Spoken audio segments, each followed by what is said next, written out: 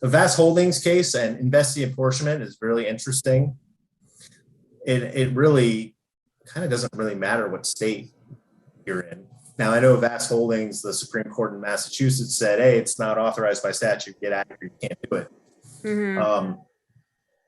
But I wonder what will happen with the legislature. Maybe they will say this is fine, and then is it okay?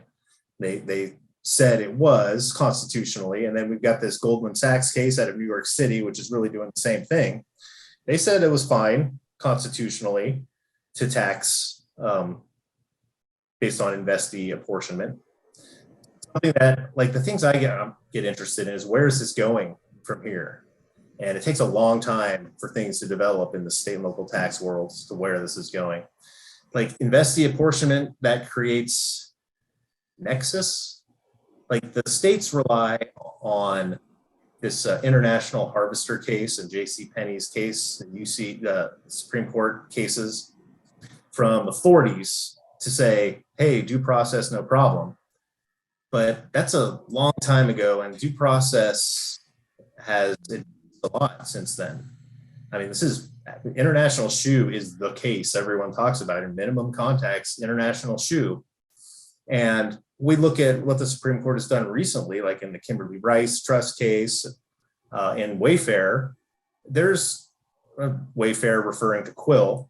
There's a separate due process requirement as well as Commerce Clause. So is it enough, or do we have to look at the contacts of the taxpayer, or is it just enough that it's sourced to the state? Is that enough? Like and really, like what the states will say to get jurisdiction is, our international harvester, has the state given anything for which it can ask in return? It's such a vague concept, and 6 degrees of separation, at some point you're going to maybe find something there, but is that enough under current jurisprudence under the due process clause to allow states to do that?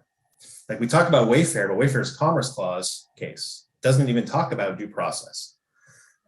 So the fact that taxpayers thought they had this sort of protection under the Commerce Clause via Quill, that's gone now, but that was kind of like where all of the action would have been. Hey, we're protected, we got Quill, we're good. We don't even need to talk about due process, we're fine. Well, now that's gone. So I think due process is going to have a revival. We're going to see more due process cases.